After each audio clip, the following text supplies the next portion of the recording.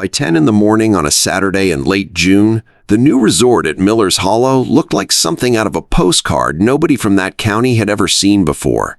42 brand new cabins lined the shore in neat rows, their cedar siding still smelling of fresh-cut wood. A floating dock stretched out into water so still it looked painted. Guests in sun hats carried coffee cups down a gravel path toward a lodge with a stone fireplace and a sign that read Miller's Hollow Lake Resort, established 2024.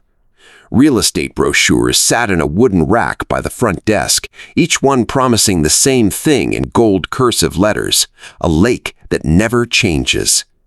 Across the water, at the old wooden spillway everyone in town had learned to ignore, Margaret Hail stood with her hand resting on a hand-cranked wheel gone gray with age. Her granddaughter Dana stood a few feet away, a notebook open against her arm, pencil ready. An old friend of the family, Thomas Reyes, 71 years old and once a soil and water technician for the county extension office, stood a little behind them both, watching Margaret the way a man watches something he already knows is about to happen. "Half turn?" Dana asked quietly. Margaret looked out across the water at the resort, at the flags on the dock moving gently in the breeze, at the people laughing on the lodge porch who had no idea what was about to happen underneath their feet. "Half," she said. She pulled. Nothing happened for a moment. Then, deep under the old spillway, wood and iron groaned against each other for the first time in years. Water pushed forward into the old channel. Not much. Not yet. Enough that Dana's eyes dropped straight to the gauge in her hand. By nightfall, everyone standing on that resort dock would understand exactly why Margaret's late husband had never once called Miller's Hollow a lake. He had always called it a pond, a working pond, and working things, sooner or later, always got put to work. 4 months before that Saturday, nobody would have guessed any of it was coming. The pond sat quiet on 11 acres behind the Hail family's small dairy farm in the hills outside of town, so small it didn't have its own zip code. Margaret had lived beside that water for 46 years. Husband Frank had built the earthen dam and the wooden spillway back in 1979 with help from the county for exactly 3 reasons: watering the herd during dry spells, holding runoff so the lower pasture didn't flood every spring, and giving the family something to fall back on in a drought. It had never been built to be pretty, it had been built to be useful. When Frank passed 6 years ago, Margaret kept the farm going with a smaller herd and a lot of quiet stubbornness. Dana, 24, had moved back in after college to help, half because the farm needed her and half because she couldn't imagine anywhere else feeling like home. The pond had never been anything dramatic to either of them. It rose in wet years, it dropped in dry ones. Frank used to mark the water levels with a nail and a bit of red paint on the spillway post, the same way his own father had taught him. Then old Ed Callahan's land on the far shore went up for sale after he passed, with no children to leave it to. A company from out of state bought it inside of 2 months. Within the year, the bulldozers came, and Miller's Hollow, a name nobody outside the county had ever used before, became a 42-cabin resort with a restaurant, a dock, and a marketing campaign built entirely around the promise of still water. Margaret didn't think much of it at first. It wasn't her land. If a company wanted to build cabins on Ed Callahan's old pasture, that was their business. The trouble started with a survey crew standing at the base of her spillway one April morning, measuring the distance between the new dock and the old wooden structure. Dana overheard one of them ask his partner if that old thing was staying. His partner said it was part of the dam, so yes, it had to stay, but it sure was ugly. A week later, Margaret got a call asking her to come into town for a meeting with the bank. Cattleman's Ridge Bank held the resort's construction loan, and it turned out they also held something else, a small operating loan on Margaret's farm equipment, balanced just under $60,000, current on every payment. The loan officer, a careful man named Walter Combs, laid a document on the table between them, a water level agreement.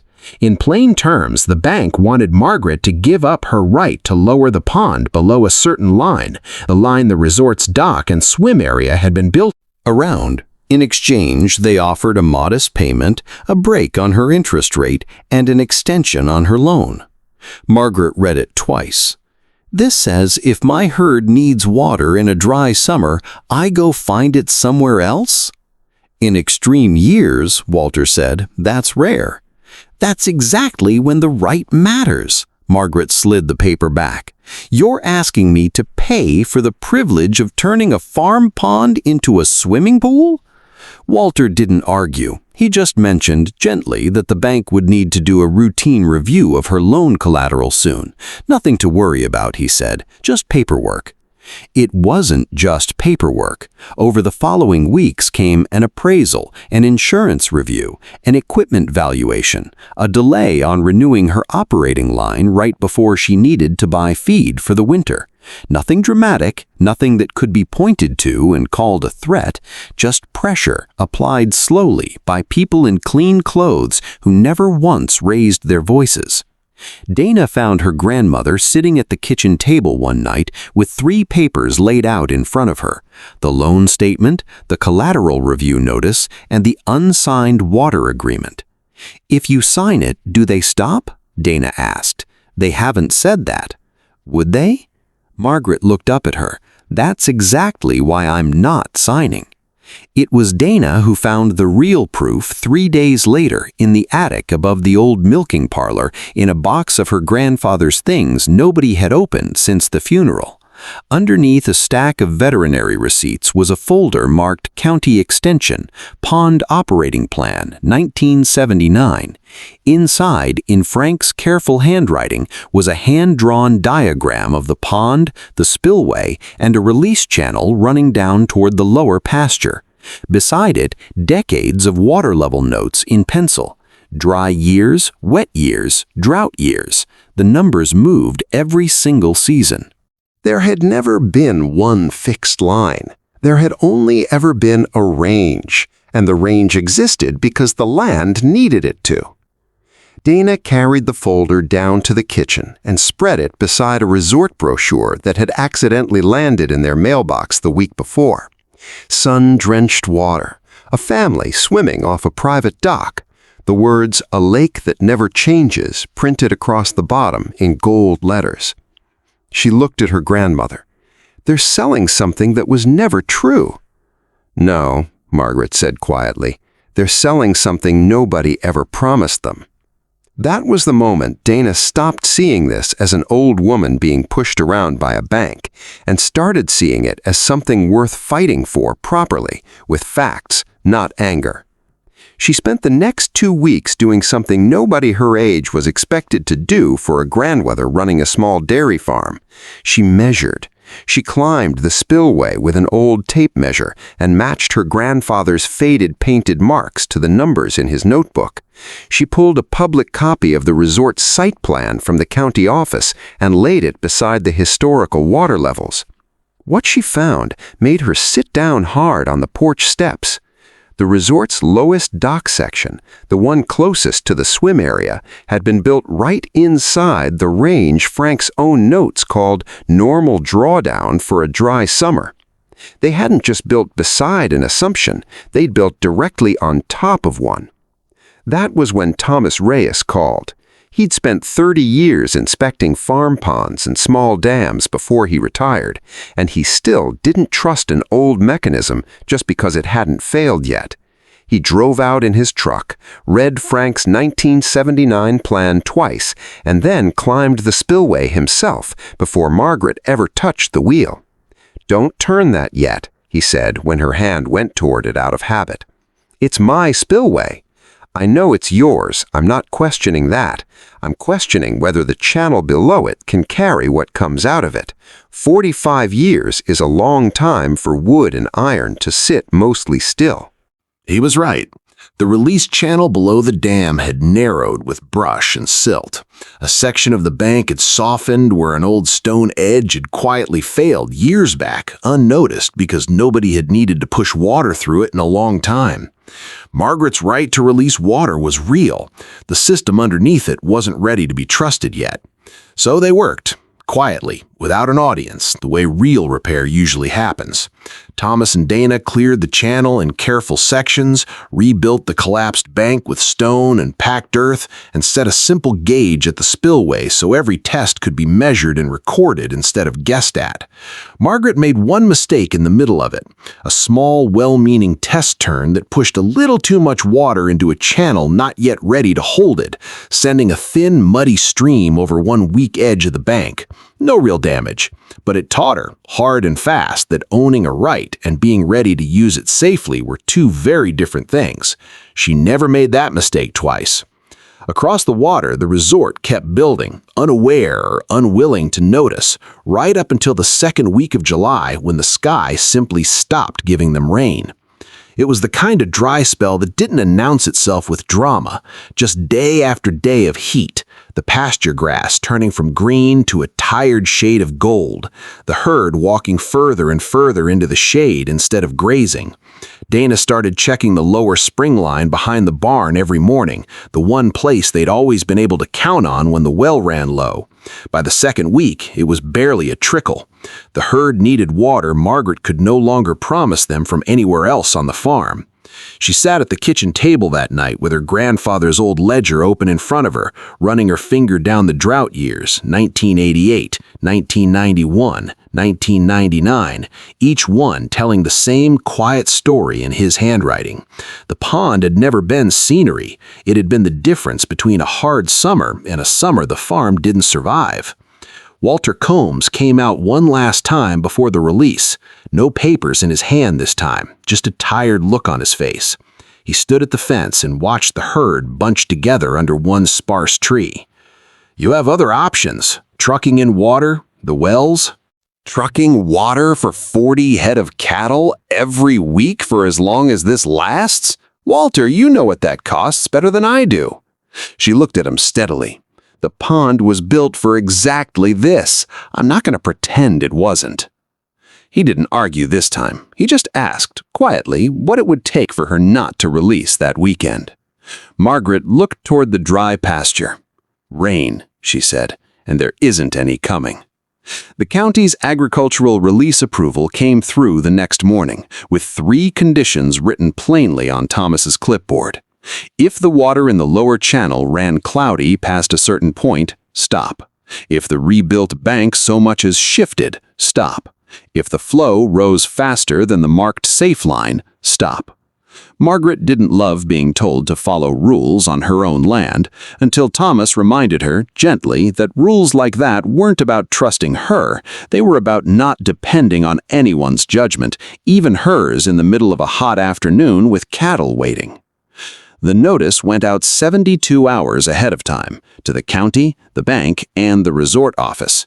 It didn't say a herd of cattle was about to ruin anyone's vacation. It said plainly that a scheduled agricultural water release would occur within the farm's recorded operating range, with continuous monitoring and clear stop conditions attached. The resort chose not to cancel its opening weekend. The dock would float regardless. Their managers believed a few inches of water wouldn't matter to anyone with a cocktail in hand. At 10 a.m. that Saturday, with families still arriving at the lodge with their suitcases, Margaret put both hands on the wheel one more time. "Quarter turn," Dana said, gauge in hand. "Quarter." The wheel gave, slow and stiff, then moved. Water pushed into the repaired channel, clean and steady. No mud, no rise where the old weak bank used to be. Thomas watched the repaired stone edge without blinking for the first several minutes. Nothing moved except the water, exactly the way it was supposed to. They held quarter turn for 30 minutes, stable, then half, stable again. By early afternoon, water was moving down the old channel toward the lower pasture for the first time in years, and the herd, sensing it before anyone told them, began walking toward the trough at the bottom of the field. Across the water, at first, almost nothing seemed to change. The dock still floated, guests still laughed on the porch. It was only by late afternoon that the shoreline started telling the truth the brochure never had. A wet band of exposed rock appeared beneath the swim platform. The bottom step of a new wooden staircase stood a little further from the water than it had that morning. A child pointed out a rock to her father that hadn't been visible at breakfast. One of the resort staff walked down to check the shallow end and quietly radioed the front office.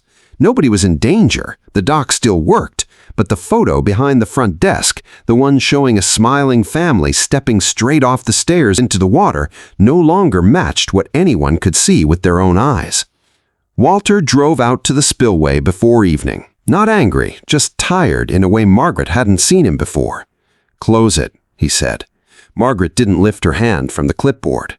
"Why? It's within the approved range." "You know what it's doing to the resort."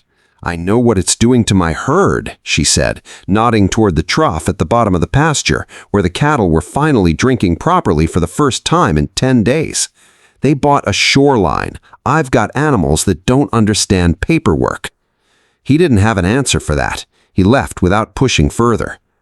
The release ran its full course exactly the way the plan called for, staged back down slowly over the following morning until the channel ran quiet again. No emergency, no flood, just 18 inches of water delivered carefully to the place it had always been meant to go. What came after wasn't a courtroom battle so much as a long, tired conversation that finally told the truth out loud. The resort's own engineers, when finally shown Frank's 1979 operating plan, and 40 years of water-level notes, had to admit they'd never once been given that information. They'd been handed a single number and told to build around it, and nobody had ever told them where that number actually came from. The bank's own old appraisal from years earlier, dug up during the review, described the pond in exactly the plain language Frank would have used himself. Agricultural pond, seasonal operating range, subject to farm use. Margaret didn't ask for the resort to disappear. She never wanted that. She asked for the truth to be built into it instead. A new agreement gave the farm its right, protected exactly as it always had been, with a 72-hour notice given ahead of any planned release. In return, the resort retrofitted what needed retrofitting: an adjustable dock, a longer staircase, honest signage by the water, showing the real seasonal range instead of a single painted promise. The brochures changed too, eventually, quietly. "A lake shaped by the seasons," one of them read now, which was both true and, Margaret thought, a lot more beautiful than the lie it replaced. The bank offered Margaret a large sum of money at one point to give up her water right permanently. It would have cleared every debt on the farm overnight.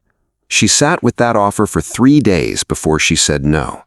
Not because the money wasn't real, but because, as she told Dana quietly one evening on the porch, money that solves today's problem by selling away the answer to next summer's problem was never really a solution at all.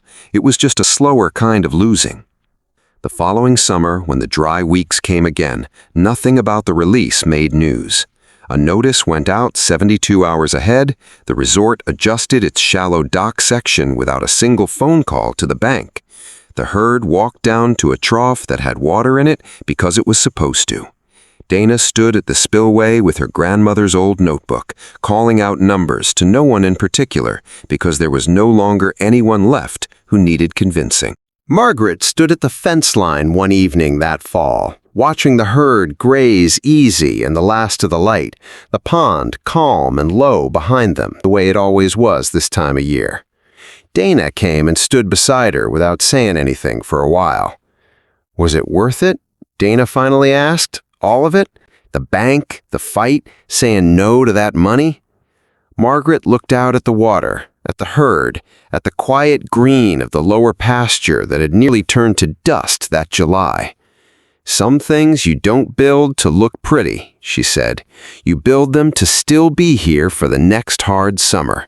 That's the only kind of promise water ever really understands."